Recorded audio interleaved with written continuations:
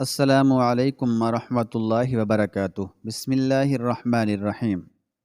خلیفہ قادر باللہ عباسی کے اس طرز عمل نے والی غزنی کے توسیع پسندانہ منصوبے کے لیے ایک نئی بنیاد فراہم کر دی۔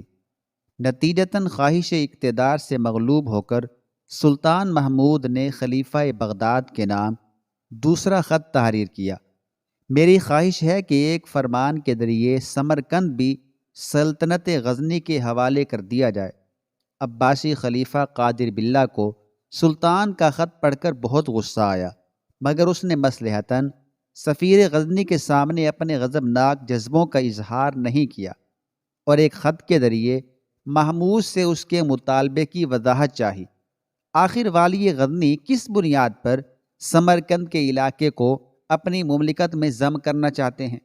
والی غزنی نے واضح الفاظ میں سلطان محمود کو مخاطب کرتے ہوئے لکھا تھا، اگرچہ خراسان کے علاقے پر بھی سلطنت غزنی کا کوئی حق نہیں تھا، لیکن میں نے فتنہ اور شر مٹانے کے لیے اور اہل ایمان کے کشت و خون سے بچنے کے لیے کسی پس و پیش کے بغیر والی غزنی کا مطالبہ تسلیم کر لیا تھا، مگر سمرقند کا مطالبہ کس حساب میں ہے؟ میں سلطان کی اس بیجا خواہش کا مفہوم سمجھنے سے قاصر ہوں۔ خلیفہ قادر باللہ عباسی کا جواب مزاج سلطان پر گراں گزرا۔ پھر محمود نے فوراً ہی خلیفہ بغداد کے نام ایک اور خط تحریر کیا۔ دراصل سمرقند بھی میرا ہی علاقہ ہے اور میں اپنی سلطنت کے ایک اہم حصے کو دوسروں کے رحم و کرم پر نہیں چھوڑ سکتا۔ سمرقند کے حصول کے لیے والی غزنی نے کوئی معقول دلیل پیش نہیں کی تھی، بس چند سیاسی الفاظ کا سہارا لے کر اپنا مطالبہ پیش کر دیا تھا، اور اس مطالبے کی ایک ہی وجہ تھی کہ قادر باللہ عباسی کا اقتدار برائے نام رہ گیا تھا۔ خراسان کی چپ چاپ واپسی کے بعد محمود نے اندازہ کر لیا تھا کہ خلیفہ بغداد والی غزنی کی افرادی طاقت سے خوف زدہ ہے، اس لیے محمود نے ایک کمزور حکمراں کی سیاسی ناطاقتی سے بھرپور فائدہ اٹھانے کی کوشش کی۔ خلیفہ بغداد قادر باللہ عباسی نے انتہائی سخت الفاظ میں انکار کرتے ہوئے محمود کو خط لکھا: سلطان غزنی، افسوس کہ تو نے میری اعلیٰ ظرفی کی پذیرائی نہ کی۔ میں کل تک تجھے ایک مجاہد اسلام سمجھ کر تیری درازی عمر کے لیے دعائیں کیا کرتا تھا، مگر آج اندازہ ہوا کہ ہوس اقتدار نے تیری آنکھوں کی روشنی زائل کر دی ہے اور تیرے سینے میں دھڑکنے والے دل نے پتھر کے ایک ٹکڑے کی شکل اختیار کر لی ہے۔ اب مجھ پر تیری بدنیتی کا راز فاش ہو گیا ہے۔ تو میری بعض کمزوریوں سے ناجائز فائدہ حاصل کرنا چاہتا ہے۔ اس میں کوئی شک نہیں کہ میں تجھ جیسی سپاہیانہ طاقت نہیں رکھتا، لیکن پھر بھی یہ بات غور سے سن لے کہ اگر تو نے میری مرضی کے خلاف سمرقند کی طرف آنکھ اٹھا کر بھی دیکھا تو میں تمام عالم اسلام کی فوجوں کو تیرے مقابل لا کر کھڑا کر دوں گا۔ والی غزنی کے ناجائز مطالبات سے تنگ آ کر خلیفہ قادر باللہ عباسی نے یہ تند و تیز لہجہ اختیار کیا تھا، مگر فرما روائے بغداد کے شعلہ صفت الفاظ پڑھ کر سلطانی انا کو شدید ٹھیس پہنچی اور محمود کے دل و دماغ جل اٹھے۔ اب میں سمجھ گیا ہوں کہ تم لوگ مجھ سے کیا چاہتے ہو، والی غزنی نے خلیفہ بغداد کے قاصد کو مخاطب کرتے ہوئے کہا۔ سلطان محمود کے لہجے سے آگ برس رہی تھی۔ تم لوگ یہ چاہتے ہو کہ میں اپنے ہزاروں ہاتھیوں سے دارالخلافت کو رون ڈالوں اور قادر باللہ عباسی کے محل کا ملبہ انہی ہاتھوں پر لاد کر غزنی لے آؤں؟ امرائے سلطنت نے شاذ و نادر ہی کسی موقع پر سلطان کو اس قدر غضبناک حالت میں دیکھا تھا۔ والی غزنی پر جنون کسی کیفیت طاری تھی، اس لیے امرائے سلطنت کو یقین ہو چلا تھا کہ سلطان محمود کا اگلا محاذ جنگ صرف بغداد ہوگا۔ خلیفہ قادر باللہ عباسی کے سفیر نے اداس نظروں سے والی غزنی کی طرف دیکھا۔ وہ سمجھ رہا تھا کہ شاید ابھی سلطان محمود کی بات نامکمل ہے۔ خلیفہ بغداد سے کہہ دینا کہ یہی اس کے خط کا جواب ہے۔ محمود کے قہر و غضب کی آگ ابھی ٹھنڈی نہیں ہوئی تھی۔ قادر باللہ عباسی کے قاصد نے ایک نظر دربار سلطانی کا جائزہ لیا۔ تمام امرائے سلطنت اپنی اپنی نشستوں پر پتھر کے مجسموں کے مانند بیٹھے تھے۔ سفیر بغداد نے درباری رسم کے مطابق سلطان محمود کو رخصتی سلام کیا اور تھکے تھکے قدموں سے چلتا ہوا باہر نکل گیا۔ پھر کچھ دن بعد وہی سفیر بغداد دوبارہ غزنی آیا اور سلطان کے روبرو حاضر ہوا۔ اس وقت محمود کا دربار ایک کھلے میدان میں آراستہ تھا۔ والی غزنی ایک مرصع زر نگار تخت پر جلوہ افروز تھا۔ دور تک دست بستہ غلام سر جھکائے کھڑے تھے اور دربار کے سامنے کوہ پیکر ہاتھیوں کی قطاریں لگی ہوئی تھیں۔ سلطان محمود وقتاً فوقتاً ایسے دربار آراستہ کیا کرتا تھا تاکہ اس کے ذاتی جاہ و جلال، سامان جنگ کی کثرت اور افرادی قوت کا بھرپور مظاہرہ ہو سکے۔ سفیر بغداد کو فوراً سلطان کی خدمت میں پیش کر دیا گیا۔ سفیر بغداد نے محمود کے حضور رسم تعظیم ادا کی اور بڑے ادب سے والی غزنی کی طرف سر بمہر لفافہ بڑھا دیا۔ یہ کیا ہے؟ سلطان کی بلند و کشادہ پیشانی پر کئی بل پڑ گئے تھے اور اس نے جان بوجھ کر سفیر بغداد کا استقبال رسمی خوش دلی کے ساتھ نہیں کیا تھا۔ یہ خلیفہ عالی وقار کا مکتوب گرامی ہے۔ سفیر بغداد نے مؤدب مگر بے باکانہ لہجے میں کہا، یہ سلطان کے ان الفاظ کا جواب ہے جو میری گزشتہ آمد کے موقع پر سر دربار کہے گئے تھے۔ سلطان محمود نے بڑے بے نیازانہ انداز میں معاملات خارجہ کے وزیر خواجہ ابو نصر کی جانب دیکھا اور ایک خاص انداز سے اپنے سر کو حرکت دی۔ وزیر خواجہ ابو نصر تیزی کے ساتھ اپنی نشست سے اٹھا اور اس نے سفیر بغداد کے ہاتھ سے قادر باللہ عباسی کا خط لے لیا۔ پھر مکتوب بغداد کو کھول کر پڑھنے لگا۔ جب ابو نصر رضوی کو خط پڑھتے پڑھتے معمول سے زیادہ تاخیر ہو گئی اور اس کے چہرے پر الجھن کے آثار نظر آنے لگے تو والی غزنی نے تیز لہجے میں پوچھا، خلیفہ بغداد نے کیا لکھا ہے خواجہ؟ خادم اس تحریر کا مفہوم سمجھنے سے عاجز ہے۔ خواجہ ابو رضوی نے جھجکتے ہوئے کہا۔ ایک لمحے کے لیے سلطان محمود کے چہرے پر حیرت کے آثار نمایاں ہوئے اور پھر اس نے اپنے وزیر کے ہاتھ سے خلیفہ بغداد کا خط لے لیا۔ والی غزنی خود بھی بہت دیر تک اس عبارت کو پڑھتا رہا مگر قادر باللہ عباسی کا معافی ضمیر سمجھنے سے عاجز رہا۔ بہت مختصر اور عجیب خط تھا۔ خلیفہ بغداد نے سلطان محمود کو مخاطب کیے بغیر صرف چند الفاظ تحریر کیے تھے، الف لام میم الحمدللہ رب العالمین والصلاۃ والسلام علی رسولہ وآلہ واصحابہ اجمعین۔ محمود کے بعد تمام امرائے سلطنت اور درباری علماء نے فردن فردن خلیفہ بغداد کے خط کو دیکھا مگر کوئی بھی اس کے حقیقی مفہوم تک نہ پہنچ سکا۔ بعض علماء نے دبے دبے لہجے میں یہ کہا، سلطان ذی حشم، خلیفہ بغداد نے اس خط میں اللہ کی تعریف بیان کی ہے اور اس کے رسول پر درود و سلام بھیجا ہے۔ اس آیت مقدسہ کے تحریر کرنے سے خلیفہ بغداد کا یہی مقصد ہو سکتا ہے کہ تمام بڑائیاں اللہ کے لیے ہیں اور اللہ ہی سارے جہانوں کا پالنے والا ہے۔ خلیفہ بغداد نے یہ کوئی انوکھی بات تو تحریر نہیں کی۔ ہم سب مسلمانوں کا اس آیت مقدسہ پر ایمان اور ہم تمام کلمہ گو شب و روز اس کی تلاوت کرتے ہیں۔ والی غزنی نے پرخیال لہجے میں کہا، اور ان تین حروف الف لام میم کا کیا مطلب ہے؟ یہ بے مقصد تو تحریر نہیں کیے گئے ہیں۔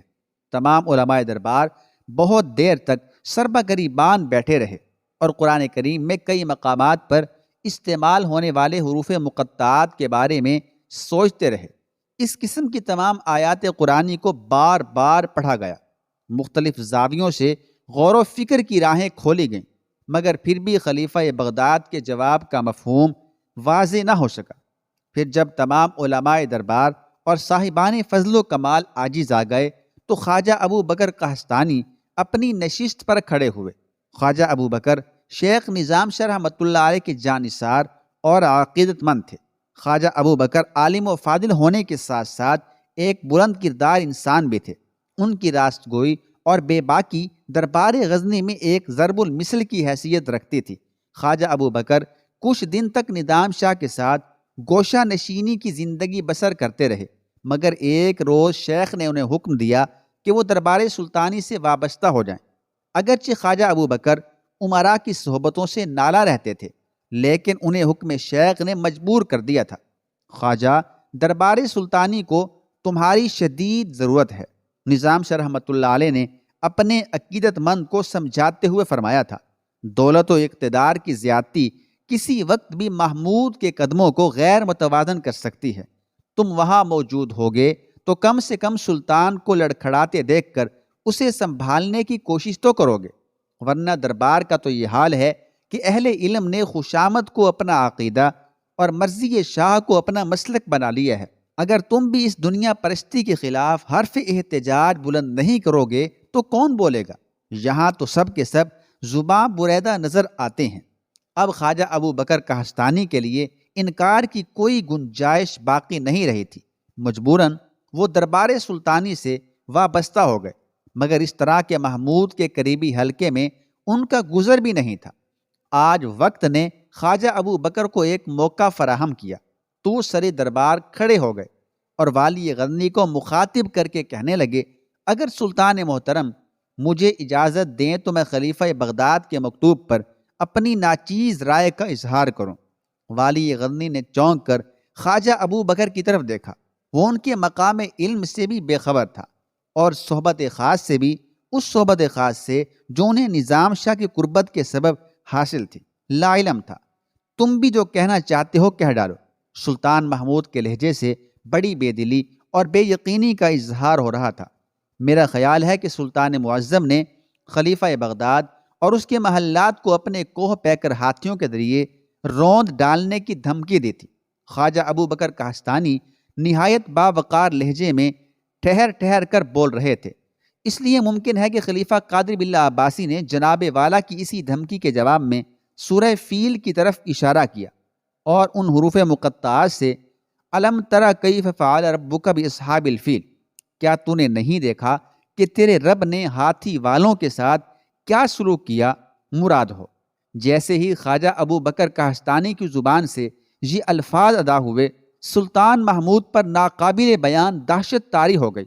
اس کا چہرہ زرد پڑ گیا اور آنکھوں سے بے اختیار آنسو جاری ہو گئے۔ والی غزنی بہت دیر تک اہل دربار کی موجودگی میں روتا رہا۔ پھر جب اس کی وحشت کم ہوئی اور دل کا غبار دھل گیا تو بے اختیار ہو کر تخت سے نیچے اتر آیا۔ اللہ میرے اس گناہ عظیم کو معاف کرے کہ میں شیطان رجیم کی روش پر چلتے ہوئے بڑا غرور کر بیٹھا تھا، اور تم بھی مجھے معاف کر دو میرے بھائی کہ میں نے تمہاری بڑی تحقیر و تضحیک کی تھی، اور میں محترم خلیفہ قادر باللہ عباسی کے نام بھی معافی نامہ تحریر کروں گا۔ والی غزنی کا لہجہ اس قدر پرسوز تھا کہ سفیر بغداد کے ساتھ اہل دربار کی آنکھیں بھی نمناک ہو گئی تھیں۔ پھر اسی وقت سلطان محمود نے عباسی خلیفہ کے نام معافی نامہ تحریر کیا اور سفیر کو انتہائی بیش قیمت تحائف دے کر بغداد روانہ کر دیا۔ اس کے بعد خواجہ ابو بکر کو اپنے ہاتھ سے قیمتی خلعت پہنائی اور انہیں اپنے خاص امراء کے حلقے میں شامل کر لیا۔ خواجہ ابو بکر کہستانی نے ایک موقع پر یہی واقعہ نظام شاہ کے سامنے بیان کر دیا تھا، جسے سن کر شیخ بہت دیر تک روتے رہے تھے، اور پھر انہوں نے دستے دعا بلند کرتے ہوئے بڑے جاگوداد لہجے میں فرمایا تھا، اے اللہ، ہر مشکل مرحلے پر محمود کی دستگیری فرمانا اور اسے اس کے نفس کے حوالے نہ کر دینا کہ وہ بہت نادان اور محتاج ہے۔ اور آج بہت دن بعد نظام شاہ نے اس واقعے کی طرف اشارہ کرتے ہوئے کہا تھا کہ اللہ اپنے بندوں کے دلوں کا حال خوب جانتا ہے۔ احمد سالار اپنے شیخ اور والی غزنی کے درمیان ہونے والی گفتگو کو بڑی حیرت سے سن رہا تھا، اور غزنی سے دور رہنے کے سبب یہ سمجھنے سے قاصر تھا کہ نظام شاہ کا اشارہ کس طرف ہے۔ سلطان محمود بہت زیادہ پشیماں نظر آ رہا تھا۔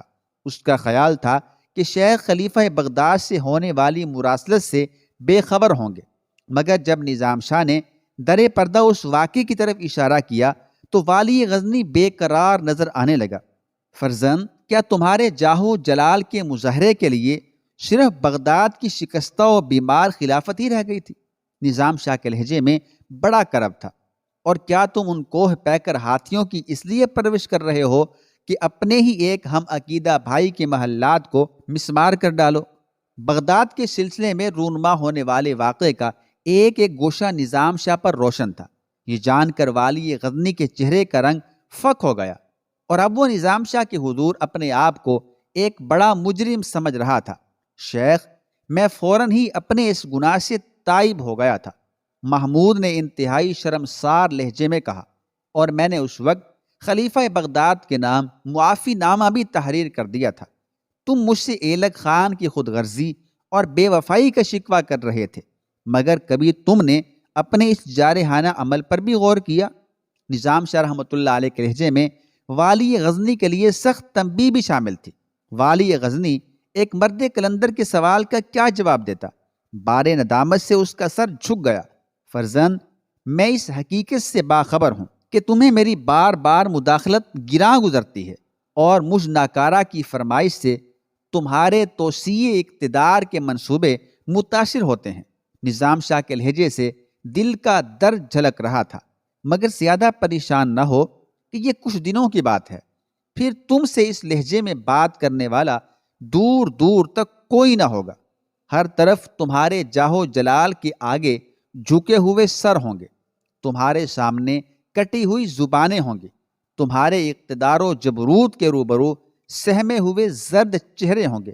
بس آئینہ خانہ ہستی میں تمہاری ہی ذات ہوگی اور اس کے سوا کچھ نہیں ہوگا۔ والی غزنی نے گھبرا کر سر اٹھایا۔